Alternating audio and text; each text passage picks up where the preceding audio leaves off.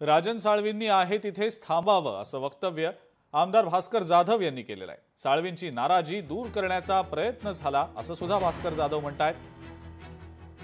मात्र साळवींचा भाजप प्रवेश कुणी थांबवला याची आपल्याला कल्पना नाही, परंतु इथेही पक्षप्रवेशाला अडचण येईल असं वाटतं असं सुद्धा भास्कर जाधवांचं म्हणणं आहे। खड्ड्यात पडून मरण्यापेक्षा आहे तिथेच थांबावं असा सल्ला भास्कर जाधवांनी राजन साळवींना दिलेला आहे।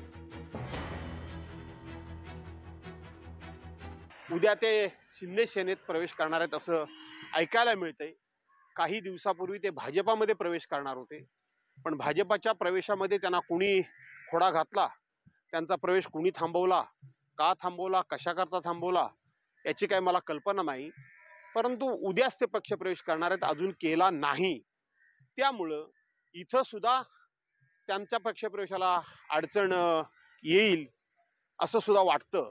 आणि म्हणून राजन साळवींना मी तुमच्या माध्यमातून पुन्हा एकदा आव्हानवादा विनंती करतो, आहात तिथे थांबा।